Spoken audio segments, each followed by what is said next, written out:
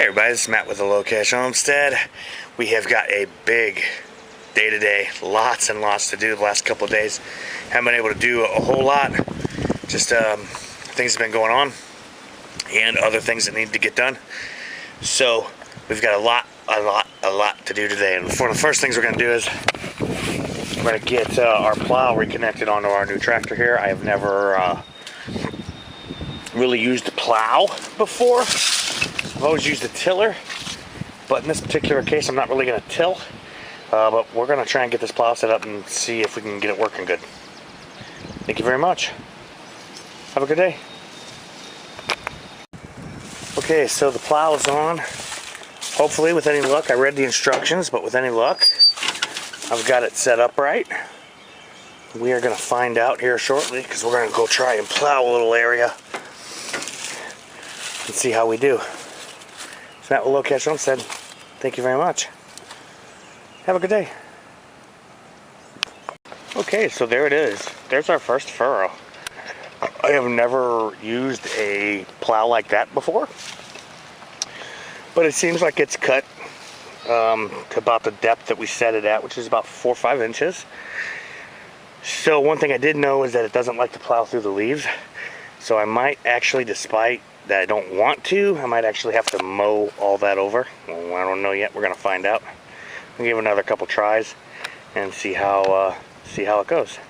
Now, Low Cash Homestead trying out our new moldboard plow, which came on our tractor here. We picked up the tractor, the moldboard plow, a 3-bin bagger, the snow plow, and the wheel weights for a couple of grand used on Facebook Marketplace. It's Matt with Low Cash Homestead. I'll let you know more as we go along. Thanks. Okay, so we actually did end up mowing the mulch over, and I think that's going to be okay. The reason I'm using the plow is I want to cut those furrows because I have a whole bunch of seed potatoes that I want to try and get in there, and I would prefer to have left the mulch on top, but it just wasn't plowing real well. Well, I had to push the leaves off to get the plow to really plow down in there. So we're gonna cut a few more furrows, and then we're just gonna kind of see how it goes. I'll give you an update after I get a few furrows cut in. Matt with Low Cash Homestead. We're using our 10-inch moldboard plow for the first time today. Thank you very much. Have a good day. Hey everybody, Matt with Low Cash Homestead. So we got 1, 2, 3, 4 furrows cut, and as I said, I have never actually used a plow. I either used like a tiller, or I would just plant directly into the mulch. We do that quite a bit. So I think what I'm going to do is we're going to go get our taters and a hoe, and we're going to put all of our taters in, and then I'll probably just take this. I know it's a snow blade, but I've been pushing mud and gravel and all kinds of stuff around with it. So we'll probably just take our snow blade and just drive over it and push everything back down in to cover our potatoes. We got lots of leaf material and everything in here. Is this super light and fluffy soil? Well, no, it's not. But we're gonna give it a try. It's Matt with Low Cash Homestead. Thank you very much. I'll come back to you after I've got the other tractor and hauled up the cart full of seed potatoes and all that good stuff. Thank you. Okay, let's talk briefly about what we did here. Okay, so I plowed it, and then I was taking a hoe and kind of scooping the furrows out and chopping the dirt up a little bit, and I said, hey, you know, I'm not gonna spend all day doing this. So basically what I did is I went back through with the plow, and I took the plow and I just used the sleeve hitch control here to kind of hold the plow up a little bit, just to kind of break some of that up, as well as scoop out some of the big chunks and everything.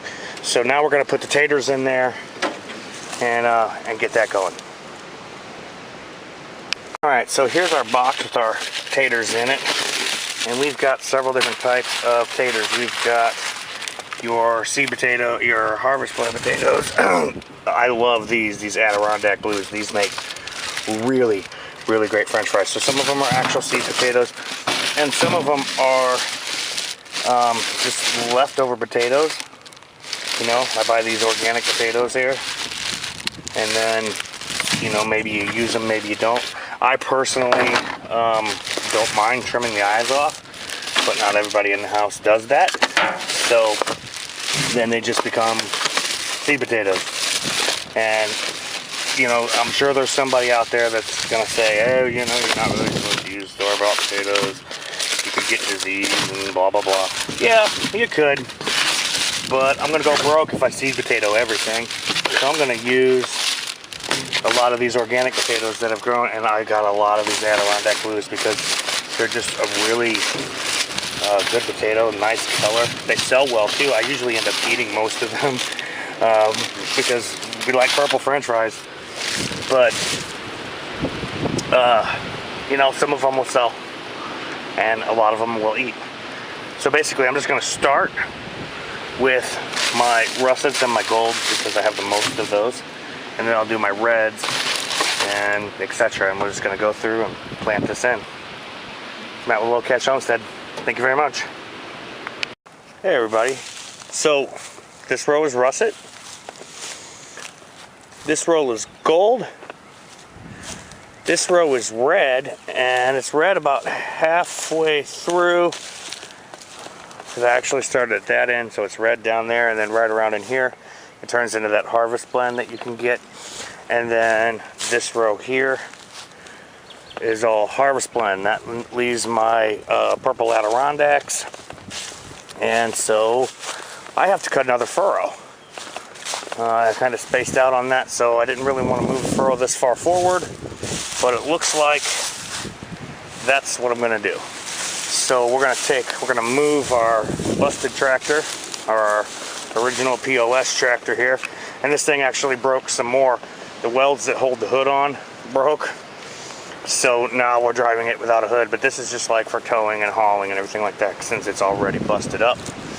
And then we'll take our accelerator there, and we're gonna just run a mower down it real quick, and then we're gonna cut another furrow here for our purple Adirondacks. So we're working on potatoes this morning. This is Matt with a Low Cash Homestead. I'll talk to you some more later. Okay, so we got to hook it to our jump pack because this T1200, which is model number 247 series, POS. It's a POS, but this is the first lawn tractor I've ever had, and I learned a few things, especially from, you know, buying the lawn tractor and buying this property and everything like that. So we upgraded to the accelerator with the 26 horsepower Kohler. As I said before, I got that pre-owned on Facebook Marketplace. It's got a lot of hours on it, but man, it starts up and runs just fine and everything good like that. So I didn't sweat it too much. Plus it came with a whole bunch of extra stuff. So we're gonna get this one started and moved, and then we'll get back into cutting that other furrow. All right, so we used our plow to cut another furrow here, and then we went through it a couple of times once to cut it, and then we did it again while I was kind of holding the drop lever up a little bit just to make sure that it kind of scooped some of the stuff out. Is this loose, well-drained soil? No. But like I said, we're gonna try it anyway. So our purple Adirondacks are gonna go here. This is Matt with a Low Catch Homestead. Thank you. Have a good day.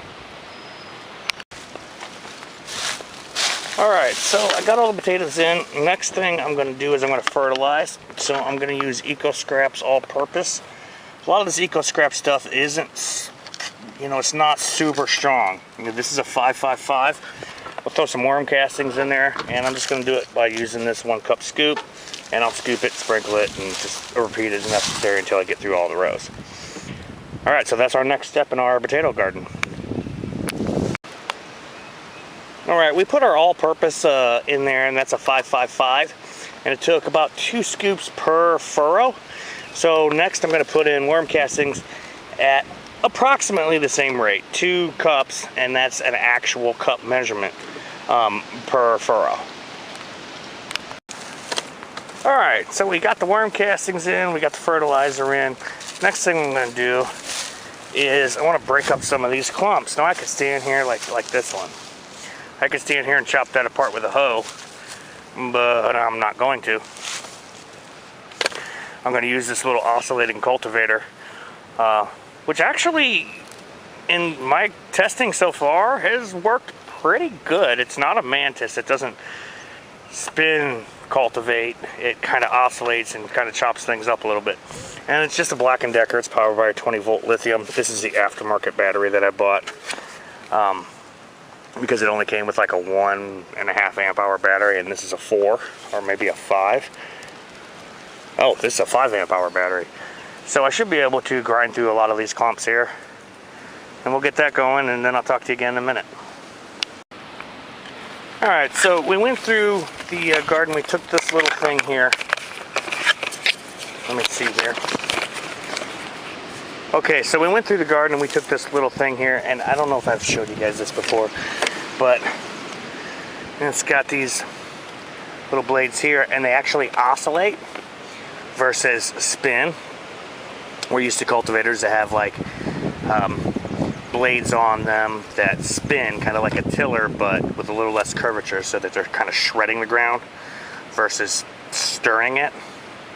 Well, this kind of stirs it and shreds it, but in an oscillating motion. And so far, I've been using it to try and kind of just, test it on breaking up weed clumps and things like that. And as far as, breaking up clumps of dirt, this thing works actually really well for that.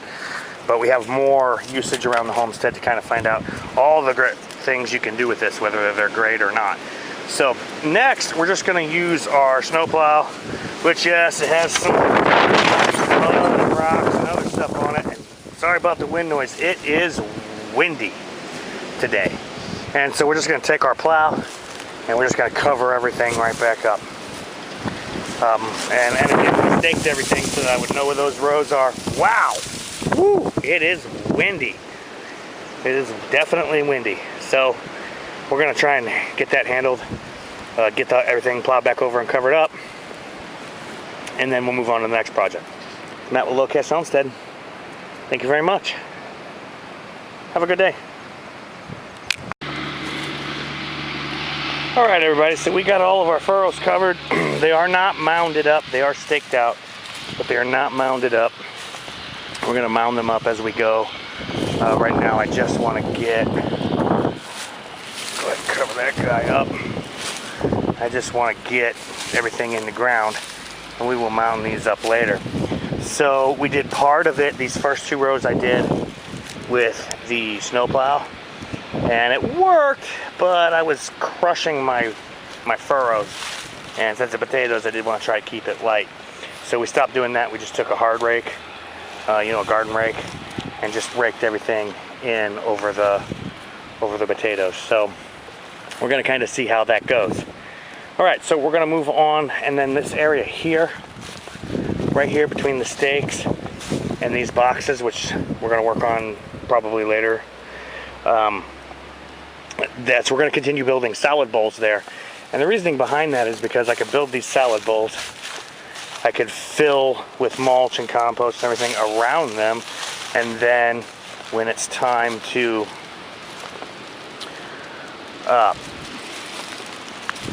rejuvenate this, I can pull those out, dump the contents down in the hole, and go from there. At least that's the theory behind the salad bowls. So far, they seem to be working.